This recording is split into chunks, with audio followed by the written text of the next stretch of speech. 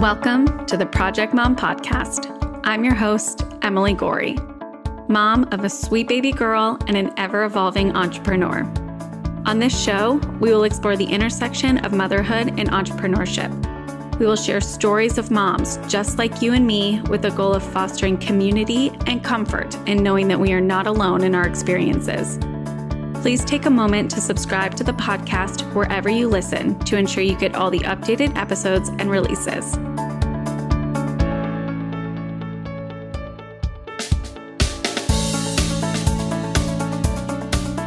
Welcome to today's episode of the Project Mom Podcast.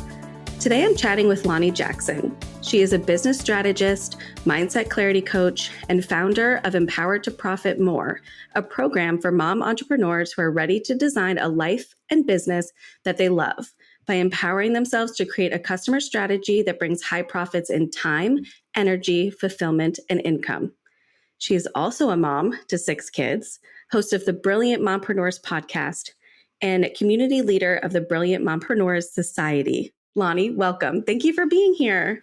Thank you so much for having me. I am really thrilled to be on this podcast with you. Thank you. And I am just going to take a quick moment to give you a little bit of kudos because we first met each other kind of, online, right, through your Facebook community. And I want to just give you a shout out because, and I mentioned this to you, I think, when we spoke last, but I'm super impressed with the quality of women that are showing up in your Facebook group. And I just want to put that out publicly because I don't think we always see that, right? I think we want to feel like people are showing up for us, but sometimes we feel like there's like an ulterior motive or, whatnot. And I just really find that the women who are showing up in your group are obviously, yes, they're there to, empower themselves and put themselves out there, but they're genuinely there to support the other women who are doing the same. So I just want to put that out there and give you some kudos because the women you are attracting is impressive.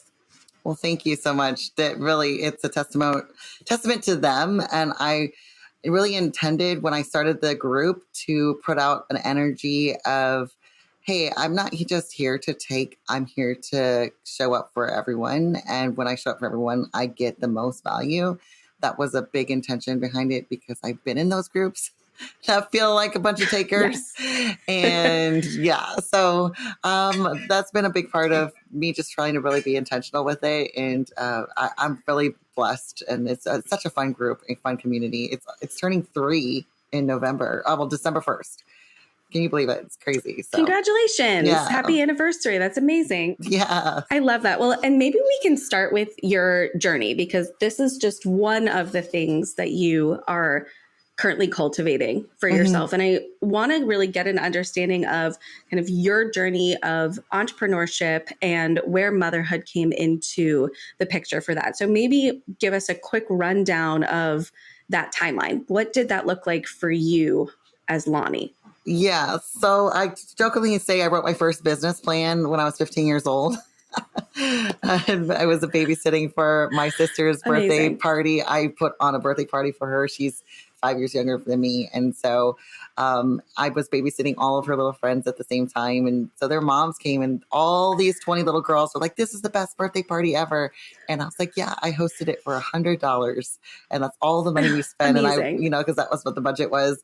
And they're like, could you do this for our daughters? And I wrote out everything. And it was, So I've always had this fun fascination with business and things like that. I've been an entrepreneur for 15 years, and my husband and I have run nonprofits together. We have brick and mortar businesses. I've done a lot online. You name it, I've seen the behind the scenes of it probably. I started out as a virtual assistant. I worked in the blogging world for a long time. So I kind of did a lot of things and threw spaghetti at the wall at all kinds of industries. Especially when I got started. I even did MLM, Pampered Chef, for a while.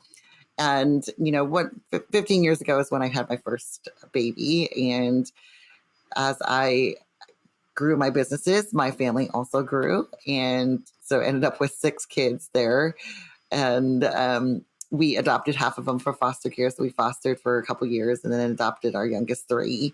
So I have 3 biological kids and 3 adopted kids. And It's chaos. And I, along my journey, really learned that my favorite thing in the world was when we would get together with other business women, women in business, all kinds of industries, whether they're bloggers, whatever it was, whether it was going to a conference or a local meetup in town.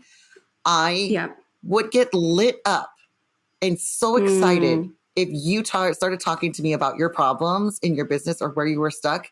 I'd be like, oh, girl, I got you. Just do this, this, this, this, this, and this. And oh, you should totally do this. And I would brainstorm and come up with all these ideas, solve their problems, come up with a marketing strategy, tell them about a course they should create. And it was my favorite thing in the world. And when they would ask about me, I was like, it's fine, it's fine. Let's just talk about you. And so I realized after one of those meetings, I jokingly said, I wish I could get paid to brainstorm like this all day. And they're like, yeah, people do that. It's called coaching. And I'm like, oh, yeah. So I had the opportunity for one of my business best friends at the time. We were working together on a project, and she decided to have a coaching program. She asked me to be a guest coach.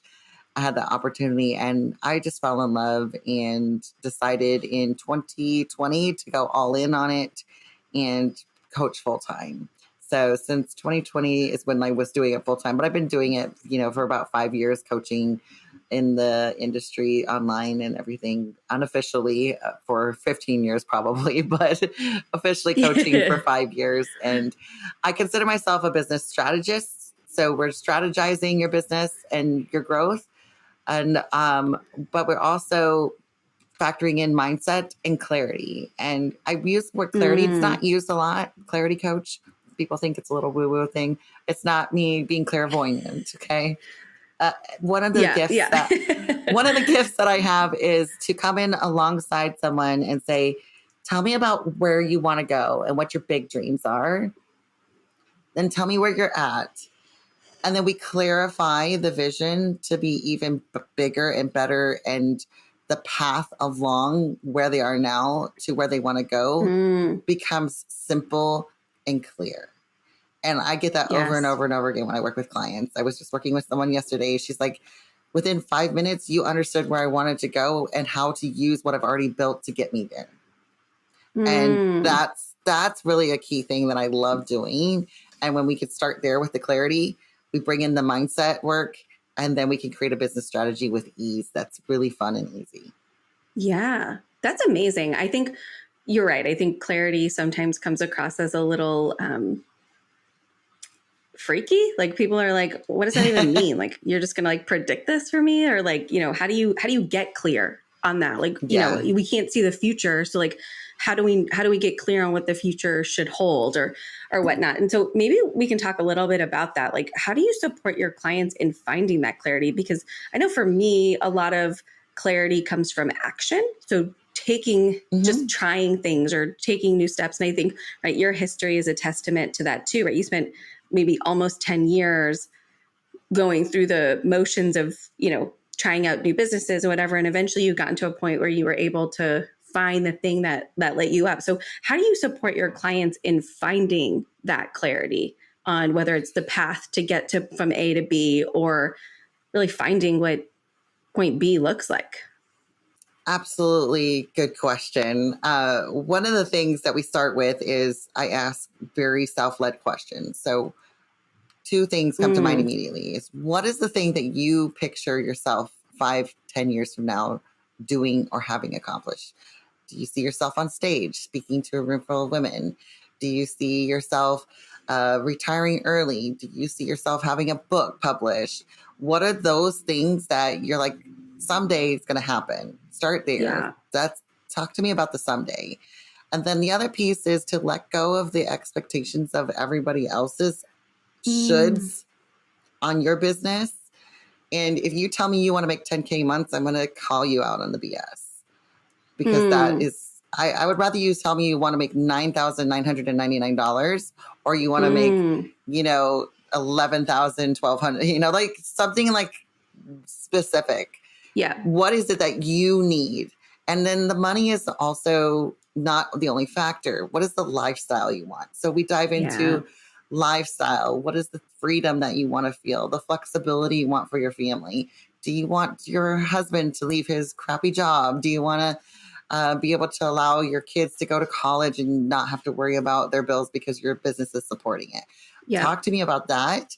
And then what lights you up? We dive into what is the thing that you absolutely love? Because every one of us has things in our business that we're like, I could do this all day, every day, and it didn't matter if I get paid.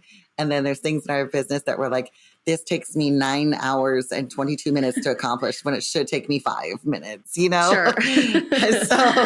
so if we can really lean into those things, what are those things where we bring in that alignment and clarity and true vision of what you want?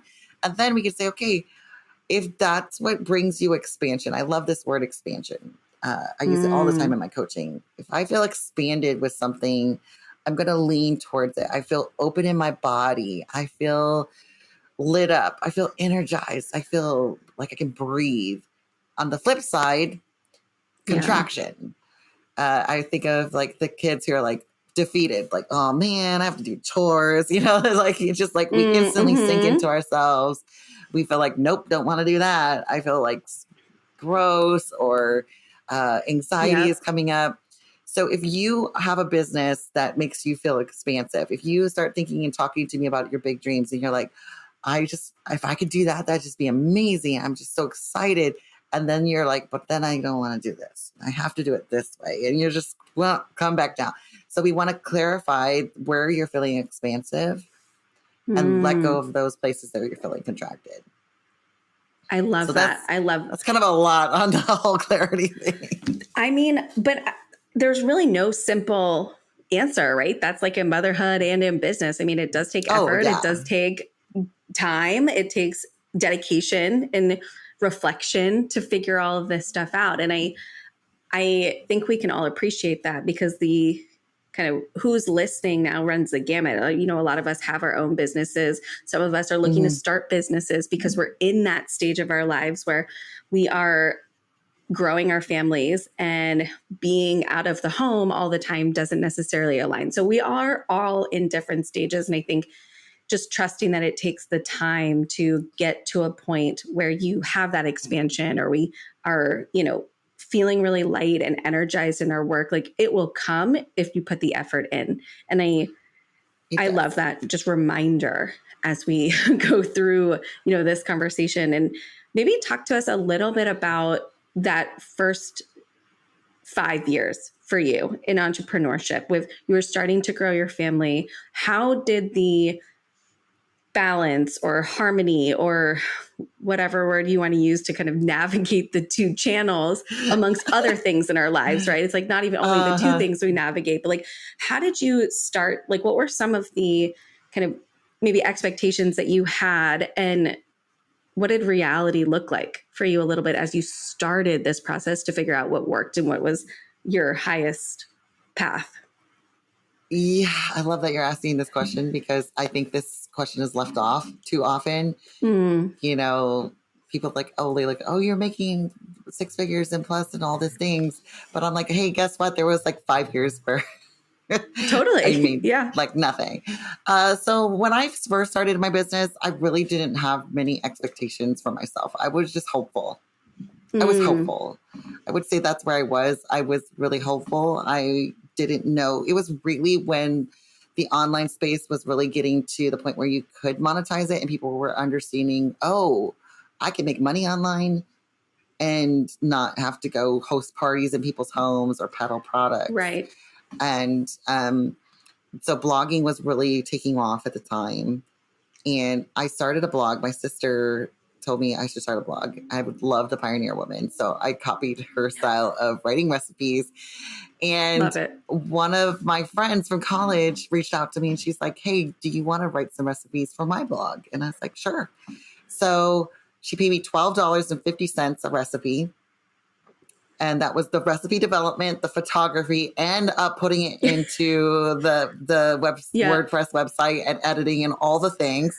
$12.50 for all that work. But I was so happy and so thankful to have that opportunity. And really that was the gateway for me to really like seeing the behind the scenes of all these possibilities. And that connected me to more opportunities. And, for me, success was making $175 a month and paying for a couple weeks worth of groceries. And success then became $400 a month. And I tell people all the time that, why I give a hard rap to 10K months is that we feel bad if we're not making 10K when maybe what your family needs and what you really would be super exciting to you is $400. Let's not make $400 when you're first starting your business feel like, a piece of trash. That's a big deal. Right. That's a big deal. And so for me, when I was really getting into those first 5 years and having babies and juggling business, and I call it juggle. I don't believe in balance.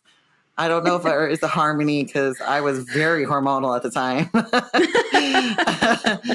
I think for me, I just learned it's a juggle, and really that has led me to my experience of, really being in the weeds of business and babies has led me to learn to be a kind of coach that tells you to stop waiting for normal. Stop waiting for things to be consistent. Stop waiting for the kids to get out of this stage. That's just not going to happen. I heard somebody say to me just a couple weeks ago, well, once the kids get back to school, we get back to normal. I was like, girl, as soon as you get back to normal, quote unquote, whatever that is, then it's going to be the holidays. Then it's going to be the flu season. And then it's going to be the new year. And then we're going to be spring and spring break. And then it's summer again. And, oh, look, now we're a year later and you're in the exact same place you were last year. Right. And it just makes me sad for them because I was stuck in that loop too. And I understand. So as we were putting business and babies and growing the things, I learned a couple of very valuable lessons. Is one, I am allowed to go my own pace.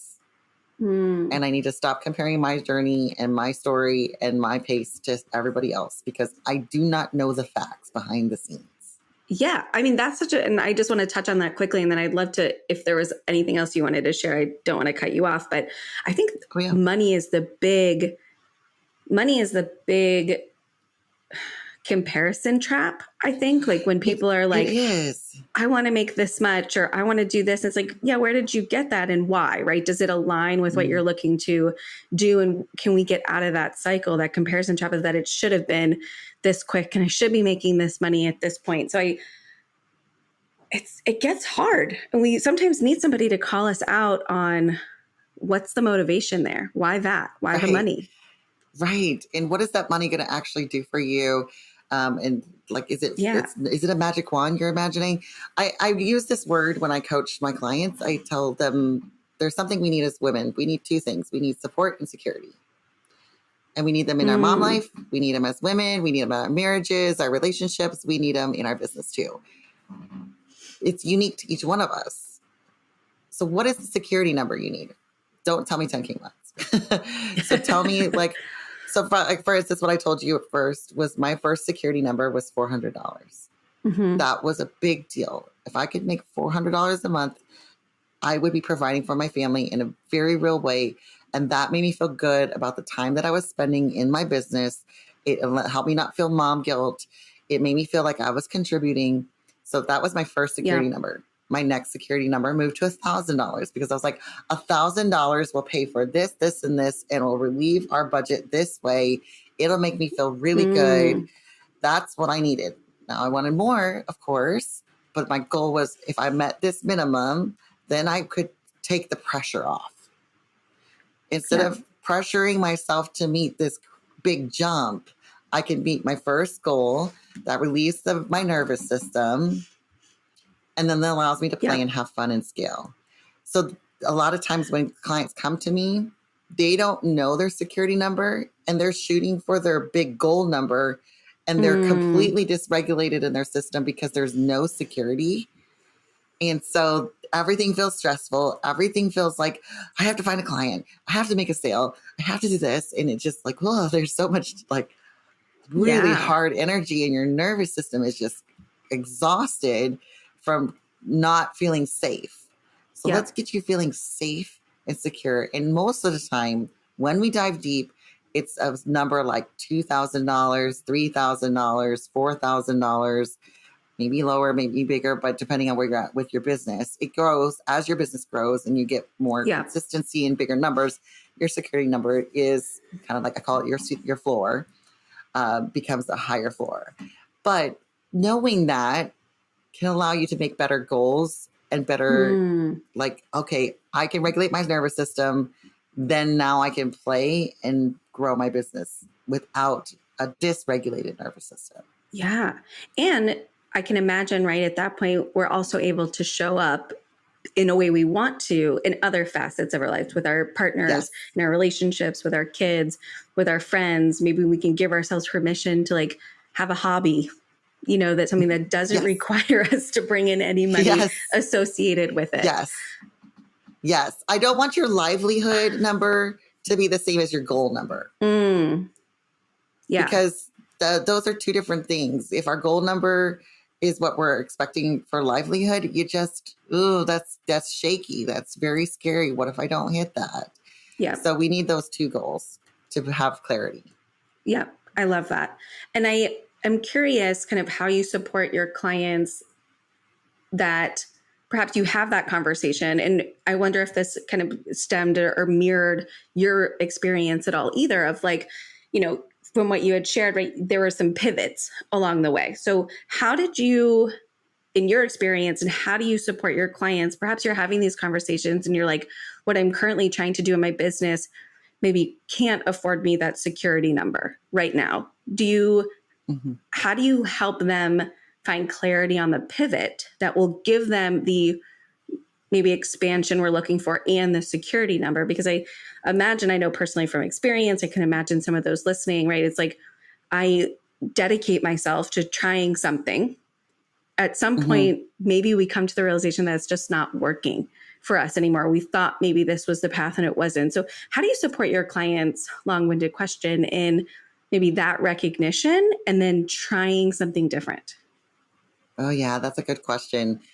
So I'm always checking in with my clients, and I've learned for myself, I need this too, is I called it, you have to audit yourself, audit your business, not the scary IRS kind, but a chance for you to sit down and say, like, I can audit the actions I'm doing to say, is this working for me? Am I happy I'm showing up this way? Do I want to keep doing it? Is it producing a return on my investment of time? Because that's mostly what we're investing in to start with, is we're investing a lot of our time.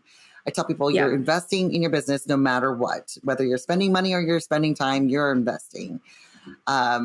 So we have to take a look at what we're spending our time on and evaluate some data. So a couple things I start with. If you came to me right now and Emily, you said, hey, this is not working, I'm going to check your data first. Okay, see, is it not working because you feel like it and you're feeling a little drama because you're not feeling secure? Or is it not working because it's totally not a good business plan? It's not aligned. It's not set up properly. What is the true thing behind it? I had someone who recently, a client, I love her so much. She came to me and she's like, Lani, I launched my program and I have told everyone about it and no one has signed up for it. And I just don't understand why. So I was like, well, where have you announced it? Let's go check out your marketing. And we went back and she's like, I talked about it in my group. Went back while she's talking and she's just dumping and super upset while she's on the phone with me. I'm scrolling her Facebook group. 2 times in 3 weeks, she talked about the launch or what she was promoting. In her mind, she was doing much more. But in reality, it was just 2 times. So people just didn't know about it. So I'm like, it's not the launch. What you're offering is not the problem. We just haven't done it enough. So we have to kind of look at these factors. Like, have I truly been doing enough to let people know? Is my marketing clear? What are the responses I'm doing? Am I showing up in the right places? Am I showing up sustainably? Enough action? Have I taken enough action on this? Or am I just feeling like I've had this on my to-do list for weeks and weeks and weeks, and I've been thinking about it, and it feels like I've been doing the work, but I actually haven't? Mm, yes. I feel like Yes. that's a big one. That's the big one that we have to admit to ourselves, right? It's like, are It is hard. we actually Yeah. doing it? Yeah. I will tell you, sometimes I think I've done something because I've seen it on my list or I've thought about it so much. I'm like, Mm, I've done that, haven't I? And then no, I haven't. Or I feel like I've done yeah. more than what I did. I'm guilty of this too. I'm in a coaching program and they have a data tracker every week and they ask us to put down what we did for the week. And sometimes I'm like, surely I did more than this. And no, I just did, no, you just did it twice, not 5 times, Yeah. not, and setting goals for yourself. And so a lot of times we quit something without really having the data to prove we should quit. Mm, that's And, powerful. and it's a hard pill to swallow. It's sometimes hard to see ourselves. So that's why I'm a big fan of having a coach myself, because I can't really fake the data to them when they go and say, Yeah. hey, show me. Because I'm all up in my head saying, this isn't working. It's so wrong. Like, I get the drama Yeah. too. But if it's truly not working, then we can dive in and say, okay, well, you have shown up. You have produced it. And I have clients who have come to me and said, okay, I did all the things. Still no responses. Still no one's buying. So we dive in deeper and we say, okay, do your people actually want this? Or do we need to reword it? Do we need to give it more power, more clarity around your messaging? And a lot of times I find too, it's the offer is not a bad offer. What is wrong is you're talking to them in college language and they need it in 4th grade. So you're talking to them at a college level, which you're at a college level in whatever that thing is, and they're at a 4th grade level. So of course they're zoning out and not paying attention. Yeah. Yeah. So let's just little things like this. We can start to kind of go through the self-evaluation steps and really dive into say why. Or another thing that comes up is you didn't want to do it in the first place. You did it because you thought it could make you a lot of money. And it really wasn't something that you should be doing in the first place because it just doesn't go with your personality, or, you don't want to get on a bunch of sales calls and you don't like being on sales calls, or you don't like group coaching programs. You might be self-sabotaging because you didn't want to do it in the first place and you're just trying to get money. So that's also comes up.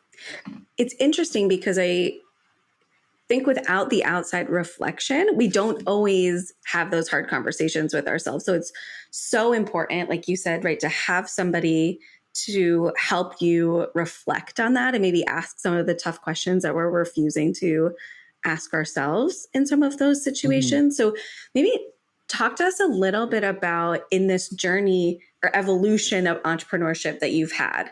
At what point you mentioned, right, being lit up and having these conversations and supporting other women in doing this, but at what point did you recognize the need for that yourself? Absolutely needed that all the whole time. But when I recognized it really, my big aha moment, I could point back to probably 2016, 17-ish. I got on Marco Polo, the app. Have you heard of Marco Polo? Yes, I have. I love it. So my sister and I every day. And I realized every morning I would get up, first Marco Polo of the day. I'm so tired. I'm so overwhelmed. I have too much to do. I don't know how I'm going to do it. Like literally some version of that was said every single day, every morning. And I realized I didn't want to say that anymore. And nothing was going to change. I had 6 children and they were not going away. And I wanted to make money for my business. And there was not going to be nothing was going to change in my environment but me and my mindset and how I was approaching my day and my expectations. So it was a big aha moment of like, I'm the one that has to change. And really, self-leadership in entrepreneurial world is extremely important. The ones who are killing it out there are self-leaders. Yep. They are empowering themselves by asking themselves questions and then taking action. So I asked myself the question, how can I make this not be this statement every single day? Yeah. So I started there, and I created systems for myself. I got on Trello. I made 5 beautiful Trello boards, gorgeous. And then I didn't look at them for 3 months. I'm just being honest. Step by step, one thing at a time. Right. So I made these Trello boards, and I was like, this is going to solve all my problems. And then I didn't look at them. It's like, in January when we buy those beautiful planners, and we're like, we use them for 2 weeks, and then they sit on the shelf. After 3 months, one of my friends in business was like, didn't you make a Trello board for this? And I was like, yes, I did. So I set an alarm on my phone for 9 a.m. every morning, check Trello. And so my only goal for the first few weeks was to open the app. Just open the app. And by opening the app every day when that alarm went off, it just started to be like, okay, it refocused me. This is what I need to do today. I don't have to do all the things. I don't have to do everything. It also encouraged me, because part of my system was to start breaking things down into 10, 15-minute actions. Because I used to feel like if I didn't have an hour to do the thing I wanted to do, there was no point in even trying, because I just get interrupted. The kids constantly interrupted me. So I was like, what can I do in 10 to 15 minutes? Because they can be busy for 10 to 15 minutes. I can go check on them. Is it ideal to have a very chopped up business strategy? Not ideal. Not what I would choose. But was that what I had available to me? Yes. So I started breaking my business down into 10 and 15-minute actions that I could do throughout the day. Yeah. And then I prioritized them. What's the one that's most important? So especially during that time, I was blogging full time. Pitching to brands was very important, because that's how I got paid. That was where I made the majority of my money. Yep. So I made sure that 3 times a week, I sent out 3 pitch letters or 3 emails. 3 times a week, I sent 3 emails in 10 minutes. That's all that was my goal. And it just, that led to my biggest year ever of income. So within 6 months of actually opening that app every single day, my income went from $400 to $1,000 of inconsistent income to $4,000 a month. Yeah, that's amazing. And I think it's a testament to also, right, the kind of lofty goals we set for ourselves and what we look at our to-do list. Like, I feel like if I opened my to-do list right now, they're really not, each task that I have on there to do is made up of smaller tasks. It's like, I have to, mail something in. Okay, that's a simple one. But if I'm like, write this solo episode, okay, there's research involved in that. There's outlines involved in that. Then there's recording. So it's like, there's actually pieces, and we do that maybe subconsciously. We sabotage ourselves a little bit. So I love that breakdown reminder of like, what can I do in 10 minutes? Okay, I can probably do a quick research part for that solo episode today, right? And you're slowly checking away at the things until you're able to fully accomplish that goal. So I absolutely love that reminder. And I am grateful for that, because for personally, I mean, sometimes we just set these like crazy goals for ourselves, and that's why we never get them done, because there's not enough quote unquote time to do them. There's not enough time. And if you think about it in one big chunk, it is so overwhelming. And like, I'm never going to get to that, but I can get to 10 minutes of the whole project. Yeah. So I use this as a very practical example, because I also, during that time, felt like my house was constantly a hot mess. So I added in my home management to the same kind of principle. So Tuesdays were trashy Tuesdays, and I took out the trash, because the trash comes on Wednesday. We would empty the trash cans, and I would clean the toilets. We have 4 bathrooms. I didn't do all of the bathroom cleaning. I didn't clean the sinks. I didn't touch anything. I didn't mop the floors. I didn't wipe the mirrors down. The only thing I did was toilets. Yep. And I could get that done in 15 minutes. Amazing. Like it was so simple. And then the next day we did sinks. I just cleaned all the sinks. I just wiped down every sink. Boom, boom, boom, boom, boom. And I went as fast as I could. It's not deep cleaning. It's maintenance. Same thing with emails. I would spend 10 minutes. I'd brainstorm 4 emails for the month. That's all I did. The next 10 minutes, I would write 2 of the outlines. Next one's fill in the blank schedule. I mean, it was amazing how productive I was and how game changer it was for bringing this in. And the same thing can be true with, like, I still use the same thing right now in my business. Yeah. Because I'm lazy and I like, doing things simple. And it's how I came up with 10-minute marketing strategies, like everything. I have a whole strategy that is 10 minutes of daily marketing that grows my audience every single week. It's how I grew my group to 5,500 in less than 3 years. Yeah. 10 minutes a day. Yep. That's it. And we'll make sure to link to that because that is something that I know you are working on sharing with your community right now. And I think it's huge. I mean, it could really be a game changer if we can reframe just how we're approaching some of these tasks that feel momentous in our day to day. It is game changer. I've seen my clients just like, if once they grasp this and bring it on and customize it to themselves. And again, what I do, I don't want you to adopt. I want you to customize for yourself. Right. I'm big on this. I think this is a downfall for us as entrepreneurs. We like the 10K month adoption. We also adopt, hey, just do this strategy, what I did to make this much money and plug and play. It's like magic. It's not, because you aren't her personality. You also don't have the same foundation in your business that she did.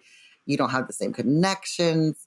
So the plug and play kind of makes me frustrated with, seeing the results of my clients. They'll tell me, like, I spent $5,000 on this thing that was supposed to, make me 30 grand in 3 months, and it made me nothing. And I'm just like, because you didn't customize it. And it's not, you have to customize it to you. So if you could take these ideas and these concepts and start to ask yourself the questions, like, where am I getting frustrated? Where am I losing time? Where am I stuck in a loop? Where am I feeling like this isn't working? How can I change that narrative? Yeah, totally. And I think also that's where the support and community comes in, right? To help you ask yourself some of those tough questions, whether it be like a coach that you hire individually for you in your business, or it's finding those women at community events who are in similar situations and are able to help you kind of reflect on some of those hard-hitting, thoughts of, why isn't this working for me? I did try this and it didn't work out. And I think it comes back to, right, this hope that, well, someone else did it, I should be able to do it. And why isn't it working exactly this way for me? And we don't always spend the time to reflect and adjust for our particular situation. Yeah, we need that. And I want to encourage you, if you're not in the space where you can hire a business coach, the moment you can, do it. It's game changer. But if you're not, I didn't always have a coach. But what I did was I was actively looking for community and a business best friend, whatever you want to call them, a colleague. Yeah. You just tap on Jenga blocks. Excuse me. See if they respond. If they do, keep asking questions. Keep engaging with them. Some of my closest friends have come from me sending a DM or from me responding to a post in a group and saying, oh my gosh, I'm so excited for you. Can I ask you a question? Or I'd love to cheer you on with this project. Can I just be your cheerleader? Can I be a fan? Like those kinds of things can lead to amazing relationships, collaborations, even clients. Yeah. So but you have to kind of tap, tap, tap. Excuse me. Can I talk to you? Put yourself you in won't there. Always get the immediate. Yeah. You won't always get an immediate yes. I tried to do a couple of those, I see them still happening sometimes, even in my group. They're like, I just want to have accountability partners. Let's make a group of us. I can't, I don't want to send a non-paid mastermind. And like, I love it. There's so much energy, so much excitement. I joined like 5 of those. Yeah. And they fizzled out within 3 weeks, all of them. Like, it just, if nobody's in charge and skin is not in the game, it's hard to keep maintaining it. But yeah. I will say for sure, going to start with your local community. There's local meetups for business women in just about every city. Start there. If there's not one, start one. Start a Facebook group. Go to the online networking meetings. I host a free networking hour for my community because I'm just like, if we can connect each other, it's going to just empower us. And that's the whole goal. But you got to show up. I have 50 people register every single time, but 10-ish to 12, 15 show up. And I'm just sad for those other people who are like, you want to be here and you're missing out because you didn't remember it. Didn't mark your calendar. Or something else came up that was a different priority for you. Yeah. I think that's the biggest thing too. It's like, I think we have these desires to like want to do things differently or better, or, we hear these conversations. We're like, yes, that's something I can totally do. And then it's like, okay, we have to make it a priority. We have to make our time in that sense a priority. You absolutely do. You have to commit to it. And really, business growth is a commitment. It's a commitment to do things differently and to be a scientist about what you're doing, what you can do better, what you want to try, and then evaluating how it worked for you so that you can do more. You can't, it's not an instant. It's not a magic wand. I hate the marketing that makes it feel like it is, because it's not. Do people go viral and have instant success? Yes. Sometimes it's happened for sure. But is that the norm? No. Here I am 15 years later, and I'm like, I feel like I'm successful and I'm helping my clients have success. Do I want more for my business? Absolutely. Is it going to take time or is it going to happen tomorrow? I don't know. But I got to show up today in order to find out. Right. And I think that's also a testament to the comparison game of like, okay, so certain people did go viral. That's those lofty, lofty, lofty goals that we're like, well, I should be able to hit those monetary goals, the community number goal, the, number of people in my, my Instagram page goal, whatever it might be, right? We have these like lofty goals, and then we're not setting ourselves up for those security goals of where can I just get myself to next? So I love that. And I think I want to talk a little bit about, you had mentioned to me kind of as we were prepping for this interview, this like need to create profit, not just monetarily, but also in other facets of our life, right? You had mentioned, it's energy and fulfillment and time. And I want to talk a little bit about that, because I think there's also this misconception that once we start a business and we're hitting these goals, we have to just keep growing it. And like the business monetarily should be the focus. But I want to talk a little bit about how it's okay to hit a goal in our business and be willing to allow that to give us time in other facets of our lives or fulfillment in other facets of our lives, like motherhood or hobbies or relationships. So talk to us a little bit about that mentality for you. I love that you brought this up, because this is core values for me. My program, Empowered to Profit More. My goal is at the end of that 6 months or however long they're in the program, is that they're in a profit, not just in income, but a profit in time, energy, and fulfillment. Too many of us get into this mode of, I have to make money, I have to make sales. And then we're like burnt out. We don't feel good about our business. We feel defeated. We feel imposter syndrome. We feel gross about the sales, spammy, aggressive, whatever it is. And then we aren't fulfilled. It's not something you love. We feel mom guilt. We feel like, just this isn't what I really wanted in the first place. But we don't want to admit that because we're too hopeful. We're chasing after that dollar. And I laugh because I saw someone in another community ask, would you rather at the end of the month have more time or more money? And the overwhelming response was more time. And as a community of moms. and they're all entrepreneurs too. And I just was like, this is really just so true. More money does not mean more time. It doesn't, like, there's not an equal across the board. But the fun fact is that I see over and over again is when you focus on creating profit in time, energy, and fulfillment, the income is easy. It feels like more natural. It feels attainable. It doesn't feel hard, like you're scraping and you have this desperation energy. It feels good to show up. So we need to relieve that pressure. So how do you get that profit in time is you start by like really focusing in on like, what is the time I want to commit so that I put up boundaries. So it comes with boundaries. The profit comes from putting boundaries. It's like budgeting. You want a surplus in your bank account at the end of the month from your income. You have to budget. You have to put boundaries about what you're going to spend. Same thing with your time. There's not an unlimited amount of time. And if you work from 5 a.m. in the morning until 2 a.m., you're going to be exhausted and burnt out.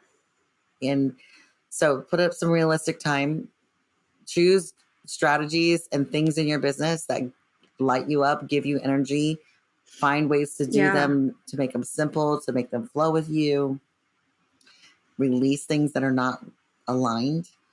And then the fulfillment is like, why are you doing this in the first place?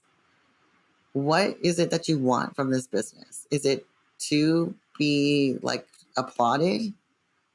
Is it to, stretch your brain, to engage yourself?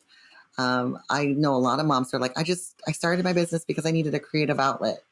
Is that still true? So that's how you started. Now here we are a couple years later, and you're chasing after this dollar. And I'm like, so you started because you needed a creative outlet. Is that still something that fulfills you, is when you can be creative? Are you even being creative anymore? And are you burnt out because you no longer are giving yourself that opportunity to be creative? I had a really great coaching session with a friend of mine. It was impromptu. And she's like, I'm hiring you as my coach today. You're not my friend. I'm like, okay. And so she's Venmoing me money. And she's like, I'm serious. I'm like, all right. She's like, I'm just so burnt out. I don't want to do any of my business. I want to burn it all to the ground. I was like, well, what's going on? And she's like, I was like, what do you want to do? She's like, I just want to sit and draw. I'm like, then sit and draw. Yeah. Like, it was something as simple as that. We had to give ourselves permission to, instead of doing all this marketing stuff. So it's like, what if you incorporated every week time for you just to sit and draw and make it graphics that you can use for your business? So it's still fulfilling, still bringing you towards your goals, still doing some action that gives you some forward movement in your business, but it feeds into the fulfillment need that you have just to have freedom to sit and be creative. Yeah. Amazing. I think, it's such a lovely reminder, because sometimes we think like the money has to come first in order for us to have the permission to have the time to create again, right? If we're going to invest money into the business, the money has to come out of it. And we're all like wrapped up in this like ROI and financial. But I think ROI also comes on, are we feeling fulfilled? Do we have the time to do what it is that we need to do for our bodies physically, for our relationships and things like that? And I think if you simplify it that way, right, the reminder of, well, what gives you fulfillment still? Are you doing that? And can you still leverage that in some capacity to move your business forward, just to take the pressure off? It's amazing when you just like remove that like expectation that guess what, only you are putting on yourself. Yeah. No one else. You're an entrepreneur, solopreneur. No one is putting these expectations on you but you. Right. You are allowed to also remove them. Yeah. And say, I want to view this a different way. We literally, for me personally, I don't have a 9 to 5 because I don't want to be burnt out at the end of the day. I don't want to have all my time spent at building somebody else's business and being told what to do and not being able to be flexible for my kids. So on the flip side, if my kid interrupts me I'm happy about. I'm okay with it. I got to be okay with that. Yeah. And allow my business to have flexibility for me to stand up and go take care of their needs, because that is why I have this job. Also, if I'm working nonstop and super stressed about my success, then I'll just go get a 9-to-5, get that guaranteed paycheck. Stop. Like, that's just depleting your energy. Like, you know what I'm saying? We're like, readjust yourself to bring it back to focus. And again, because if you know that security number, say like, I had a come to Jesus moment last year where I was like, look, I had to take a step back. My health was really, really bad, and I could not figure out what was going on. Mm-hmm. I had no energy. I had a lot of things come to light. It was just, long story short, I had to be okay with bare minimums and be proud of myself for the little that I was showing up and how it was working in the capacity I could show up. Yep. And start some gratitude practices to be like, oh, wow, look, it's so amazing that I have this business that allows me to work only 10 hours a week and make the security number that we need for our family, and allow my body to heal from the things that I picked up. And I'm just like, wow, that's amazing. Instead of beating myself up for not reaching this next goal that I was hoping to reach. Yep. I mean, mindset is such a powerful thing. Yeah. So powerful. And I think if we're able to do that shift, right? If we're able to help ourselves come to that kind of adjustment and mentality, really we're unstoppable, right? We can shift and navigate and pivot and do ultimately what works for us in each season of life. And I just love that we can touch on that briefly, because I think about that for myself too. There are days where I'm like, I had started this, podcast to have these conversations for me personally. And I sometimes find myself being like, okay, maybe I can have my husband pick up my daughter from daycare today because I want to do this and I want to do this. And then I have to be like, wait, but that's why I started this. So I didn't have to be like stuck at a 9-to-5 job. So I could actually pick her up from daycare. Whatever it is that I was doing, can it wait until the next day? And it is, I mean, when you shift it that way, it is a reframe that just takes the pressure off of you. It's amazing. It's an amazing thing that our minds can do that for us. And also it does the opposite. So, but no one can change that but you. And you also have to have that self-leadership. Again, this is why I come back to self-leadership being so important, to acknowledge, oh, no, this isn't why I'm doing this. This isn't what I wanted. And I also have the power to adjust it to something different. If anybody can build a business and grow with 6 kids, like if I can, anybody can, I just laugh about it all the time. I saw a picture from that era. I call it the era of overwhelm. And I reflected back on how I felt at that moment when I was behind the camera taking that picture. And I was just like, man, I was exhausted and I was tired. But also when I shifted and showed up the way I wanted to, it was so empowering. And it gave me so much back from that. Yep. I love that. I love that. Well, Lani, thank you so much for sharing this journey and these amazing tidbits of information and wisdom. I know I got a lot out of it. I know my listeners are going to get a lot out of it. I would love to just give you a quick minute to let us know where they can find you. How can our listeners engage with you? What's the best way to start a dialogue? Oh, well, you can start a conversation with me anytime. You can send me an email. You can send me a DM. I love DMs on Facebook personally because I'm on Facebook all the time with my Facebook group. But you can also DM me on Instagram, Lani J. Jackson. I am always hanging out in our Facebook community, the Brilliant Mompreneur Society. So if you're a mom entrepreneur, come join us. You can promote your business in our group. My goal of the group is when you join, you find a client from that group or a business best friend. So come and join us there. I also have the podcast, the Brilliant Mompreneurs podcast, and you're on that as well. And so, that's where I like to hang out and do all the things. Amazing. Well, we will make sure to link all of those in the show notes. And again, just appreciative. Thank you so much for being here. Thank you for having me, Emily. It's a privilege. Thanks so much for listening to today's episode. If you liked what you heard, please help us out and leave a review wherever you listen, and consider sharing with your friends. If you're interested in learning a bit more about the project or want to share your story, please visit our website linked in our show notes below.